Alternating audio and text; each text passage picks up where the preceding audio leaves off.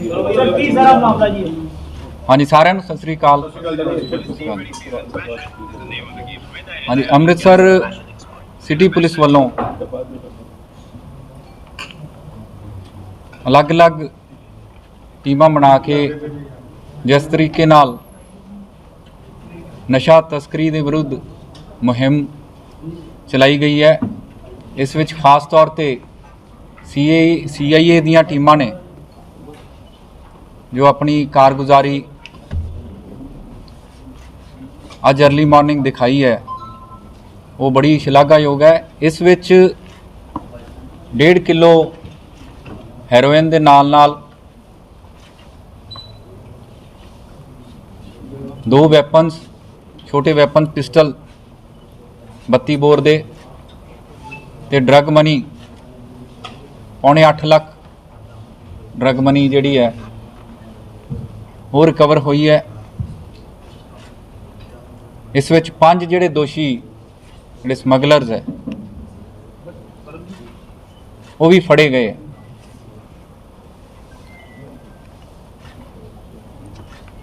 ਇਹ ਬਰਾਮਦਗੀ ਤੇ ਅਰੈਸਟ ਇਸ ਕਰਕੇ ਵੀ ਇੰਪੋਰਟੈਂਟ ਹੈ ਕਿਉਂਕਿ ਇਹਦਾ ਬੈਕਵਰਡ ਲਿੰਕੇਜ ਹੈ ਜਿਹੜਾ ਉਹ ਇੰਪੋਰਟੈਂਟ ਸਮਗਲਰਸ ਦੇ ਨਾਲ ਜਾ ਕੇ ਜੁੜਦਾ ਹੈ, ਜਿਸ ਵਿੱਚ ਕਿ ਰਜਿੰਦਰ ਗੰਜਾ ਜੰਡਿਆਲਾ ਤੋਂ ਕਾफ़ी ਇਨਫੇਮਸ ਸਮਗਲਰ ਇਸ ਤੋਂ ਪਹਿਲਾਂ ਰਹਿ ਚੁੱਕਿਆ ਹੈ, ਉਹਦੀ ਵੀ ਇਨਵੋਲਵਮੈਂਟ ਸਾਹਮਣੇ ਆਉਂਦੀ ਹੈ। ਇਸ ਤੋਂ ਇਲਾਵਾ ਨਰਿੰਦਰ ਨਿੰਦੀ ਕਰਕੇ ਸਮਗਲਰ ਹੈ, ਉਹਦੀ ਵੀ ਇਨਵੋਲਵਮੈਂਟ ਸਾਹਮਣੇ ਆਉਂਦੀ ਹੈ। ਨਰਿੰਦਰ ਨਿੰਦੀ ਧੂਲਕਾ ਪਿੰਡ ਦੇ ਰਹਿਣ ਵਾਲਾ, ਥਾਣਾ ਖਲਚੀਆਂ ਤੋਂ। ਇਹਦੇ ਉੱਤੇ ਪਹਿਲਾਂ 2 ਮੁਕੱਦਮੇ NDPS ਦੇ ਵੀ ਦਰਜ ਹੈ, ਇੱਕ ਹੋਰ ਗੁੱਡ ਕੰਡਕਟ ਪ੍ਰਿਜ਼ਨਰਸ ਐਕਟ ਦਾ ਵੀ ਮੁਕੱਦਮਾ ਦਰਜ ਹੈ। ਜਿਹੜੇ 5 ਦੋਸ਼ੀ ਇਸ ਵਿੱਚ ਫੜੇ ਗਏ ਆ, ਜਿਨ੍ਹਾਂ ਤੋਂ ਇਹ ਹੈਰੋਇਨ, ਡਰੱਗ ਮਨੀ ਤੇ ਵੈਪਨਸ, ਐਮੂਨੀਸ਼ਨ ਰਿਕਵਰ ਹੋਇਆ, ਉਹਨਾਂ 'ਚ ਹਰਭੇਜ ਸਿੰਘ ਉਰਫ ਜਾਵੇਦ ਜੋ ਕਿ 22 ਸਾਲਾਂ ਦਾ ਲੋਹਾਰਕਾ ਕਲਾਂ ਦਾ ਰਹਿਣ ਵਾਲਾ, ਸੁਨੀਲ ਮਸੀਹ 21 ਸਾਲ ਦਾ ਬੱਲੜਵਾਲ ਅਜਨਾਲਾ ਦਾ ਰਹਿਣ ਵਾਲਾ, ਲਵਪ੍ਰੀਤ ਸਿੰਘ ਹੈਪੀ ਉਮਰ ਕਰੀਬ 26 ਸਾਲ, ਇਹ ਵੀ ਲੋਹਾਰਕਾ ਕਲਾਂ ਦੇ ਰਹਿਣ ਵਾਲਾ, जुगल किशोर जो कि तकरीबन 30 साल का मजीठा एरिया के रहने वाला, ते विशाल करीब 19 साल की उम्र है, ये भी लोहारका कलां का रहने वाला है। इस विच जो कुल रिकवरी हुई है 1 किलो 500 ग्राम हैरोइन, 7,88,000 रुपए ड्रग मनी भारतीय करंसी, 2 पिस्तौल 32 बोर दे, 13 लाइव राउंड्स 32 बोर दे, एक कार I-20 चिट्टे रंग दी जिसका नंबर PB02CQ 2272 है, 2 इलैक्ट्रॉनिक कंडे जिहड़े छोटे हैरोइन नूं तोलन वास्ते रखे गए। इस तो इलावा ड्रग मनी नूं काउंट करन वास्ते जिहड़ी मशीन है वो भी इस विच रिकवर हुई है। इन्हां ते जिहड़े पिछले मुकदमे है 4 जाणियां ते जो इन्हां दी क्रिमिनल हिस्टरी, क्रिमिनल पास्ट भी है। हरभेज सिंह एलियस जावेद के उपर 4 मुकदमे है, जिन्हां 3 NDPS के मुकदमे ऑलरेडी है, एक असला एक्ट 307 का मुकदमा भी है।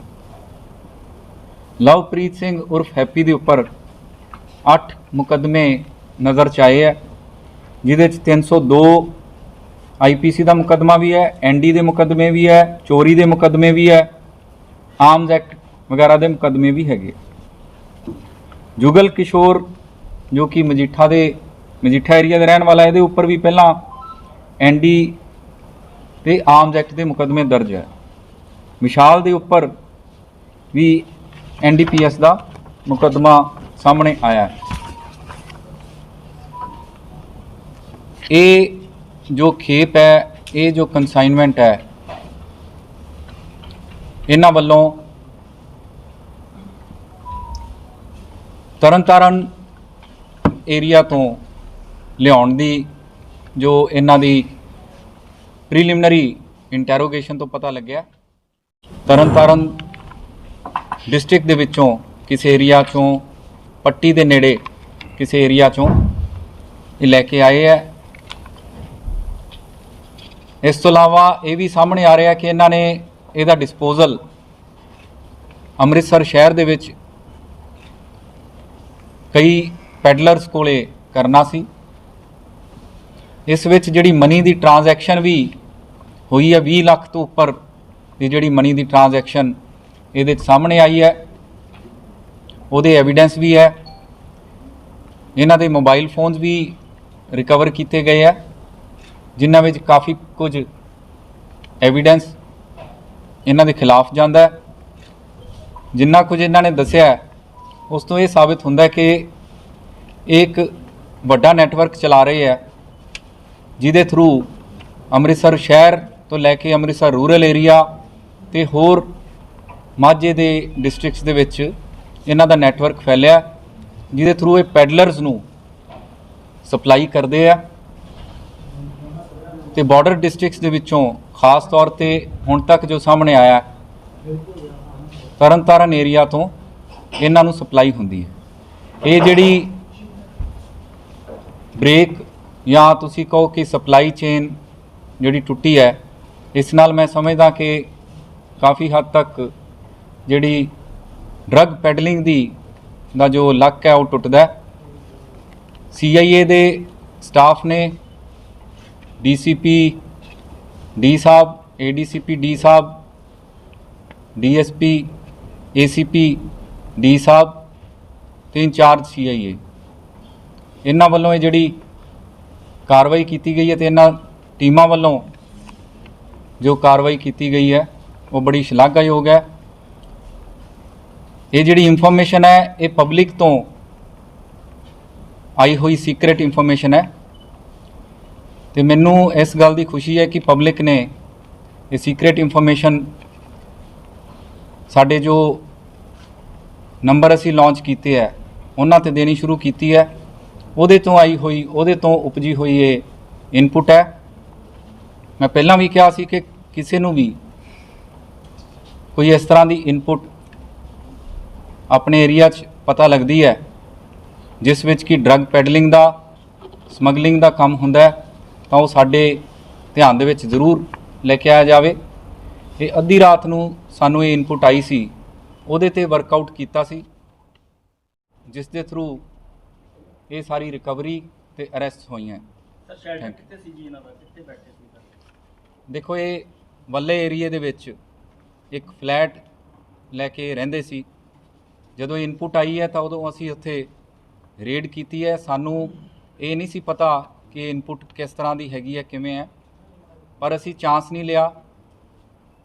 असी एक वधिया कारगुजारी लई एक चंगी टीम बना के रेड कंडक्ट की, जिस विच कि इन्हां ने अपने फोन वगैरह तोड़न की भी कोशिश की। फोन इन्हां वालों तोड़े भी गए। कुछ जिहड़ी रिकवरी होर होनी सी, इन्हां ने वो नारकोटिक्स, वो हैरोइन इन्हां ने डिस्पोज भी की, रोड़ी सिट दी उपरों फ्लैट तो। इस तरह दी चीज़ां भी इन्हां ने करन दी कोशिश की, पर साडी टीम ने बहुत चंगा काम किया। 5 जाणिਆਂ नूं इहदे विच अरैस्ट किया। सर तो जेल च भी नैटवर्क जुड़िया जी इन्हां दा? बिल्कुल, मैं जिवें सब तो पहला वो जेल के नैटवर्क वाली जिहड़ी गल हैगी है वो क्योंकि साडे ध्यान दे विच आई, ये इंटैरोगेशन दे विच ये पता लग्या कि नरिंदर निंदी ते रजिंदर गंजा इन्हां दे संपर्क दे विच ये हैगे है। वो किस मोड के थ्रू है ਉਹ ਇੰਟਰੋਗੇਸ਼ਨ ਤੇ ਇਨਵੈਸਟੀਗੇਸ਼ਨ ਦੇ ਥਰੂ ਵੀ ਪਤਾ ਲੱਗੂਗਾ ਤੇ ਉਹਨਾਂ ਦੀ ਕੀ ਇਨਵੋਲਵਮੈਂਟ ਇਸ ਕੰਸਾਈਨਮੈਂਟ ਦੇ ਵਿੱਚ ਜਾਂ ਹੋਰ ਜਿਹੜੀਆਂ ਕੰਸਾਈਨਮੈਂਟਸ ਸਮਗਲਿੰਗ ਵਾਸਤੇ ਤੇ ਡਰੱਗ ਪੈਡਲਿੰਗ ਵਾਸਤੇ ਹੁੰਦੀਆਂ ਉਹਨਾਂ ਦਾ ਕੀ ਰੋਲ ਹੈ ਉਹ ਵੀ ਵੈਰੀਫਾਈ ਕੀਤਾ ਜਾਊਗਾ। ਇਹਦੇ ਵਿੱਚ ਇਹ ਵੀ ਪਤਾ ਲੱਗਦਾ ਹੈ ਕਿ ਜਿਹੜੇ ਫਾਰਵਰਡ ਲਿੰਕੇਜ ਹੈ, ਇਹ ਤਾਂ ਆਪਾਂ ਬੈਕਵਰਡ ਲਿੰਕੇਜ ਦੀ ਗੱਲ ਕਰ ਲਈ ਜਿਹਦੇ ਵਿੱਚ ਨਰਿੰਦਰ ਨਿੰਦੀ ਦੀ ਗੱਲ ਕੀਤੀ, ਰਜਿੰਦਰ ਗੰਜੇ ਦੀ ਗੱਲ ਕੀਤੀ, ਇਹਦੇ ਵਿੱਚ ਫਾਰਵਰਡ ਲਿੰਕੇਜ ਵੀ ਸਾਹਮਣੇ ਆਉਂਦਾ ਹੈ। ਇਸ ਤੋਂ ਪਹਿਲਾਂ ਜਿਹੜੀਆਂ ਇਹਨਾਂ ਨੇ ਕੰਸਾਈਨਮੈਂਟਸ ਡਿਸਪੋਜ਼ ਆਫ ਕੀਤੀਆਂ ਉਸ ਵਿੱਚ ਨਰਿੰਦਰ ਨਿੰਦੀ ਫਾਰਵਰਡ ਲਿੰਕੇਜ ਦੇ ਵਿੱਚ ਵੀ ਹੈ। ਇਸ ਤੋਂ ਇਲਾਵਾ ਇੱਕ ਮੋਰਿੰਡਾ ਕਰਕੇ ਸਮਗਲਰ ਹੈ, ਉਹਦੀ ਵੀ ਇਨਵੋਲਵਮੈਂਟ ਇਹਦੇ ਵਿੱਚ ਸਾਹਮਣੇ ਆਉਂਦੀ ਹੈ। ਪੁਰਾਣੇ ਜਿਹੜੀ ਇਹਨਾਂ ਦੀਆਂ ਖੇਪਾਂ ਦੀ ਡਿਸਪੋਜ਼ਲ ਹੋਈ ਹੈ ਉਹ ਵੀ ਇਸ ਵੇਲੇ ਫਰੀਦਕੋਟ ਜੇਲ੍ਹ ਦੇ ਵਿੱਚ ਹੈ। ਨਰਿੰਦਰ ਨਿੰਦੀ ਵੀ ਇਸ ਵੇਲੇ ਫਰੀਦਕੋਟ ਜੇਲ੍ਹ ਵਿੱਚ ਹੈ ਤੇ ਰਜਿੰਦਰ ਗੰਜਾ ਜੋ ਕਿ ਜੰਡਿਆਲਾ ਤੋਂ ਹੈ ਉਹ ਅੰਮ੍ਰਿਤਸਰ ਜੇਲ੍ਹ ਦੇ ਵਿੱਚ ਹੈ।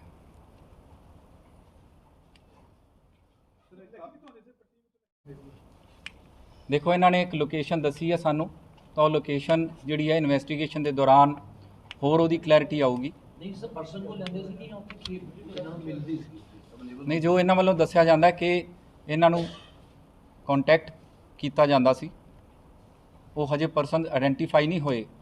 ਉਹ ਜਿਹੜੇ ਪੈਡਲਰਸ ਹੈ ਜਾਂ ਸਮਗਲਰਸ ਹੈ ਉਹ ਆਇਡੈਂਟੀਫਾਈ ਨਹੀਂ ਹੋਏ ਹਜੇ, ਪਰ ਇਹਨਾਂ ਨੇ ਦੱਸਿਆ ਕਿ ਫਲਾਣੀ ਥਾਂ ਤੋਂ ਅਸੀਂ ਲੈ ਕੇ ਆਉਂਦੇ ਸੀ। ਉਹ ਵੀ ਸਾਨੂੰ ਪੂਰਾ ਕੌਨਫੀਡੈਂਸ ਹੈ ਕਿ ਉਹ ਵੀ ਅਸੀਂ ਆਇਡੈਂਟੀਫਾਈ ਕਰ ਲਾਂਗੇ ਕਿ ਉਹ ਕੌਣ ਸੀ, ਪਰ ਉਹਨਾਂ ਦੇ ਪਿੱਛੇ ਜਿਹੜਾ ਬੈਕਵਰਡ ਲਿੰਕੇਜ ਹੈ ਉਹ ਆਲਰੇਡੀ ਮੈਂ ਤੁਹਾਨੂੰ ਜਿਹੜੇ ਮੇਨ ਸਮਗਲਰਸ ਹੈ ਉਹਨਾਂ ਦੇ ਨਾਮ ਵੀ ਮੈਂ ਗਿਣਾਏ ਹੈ।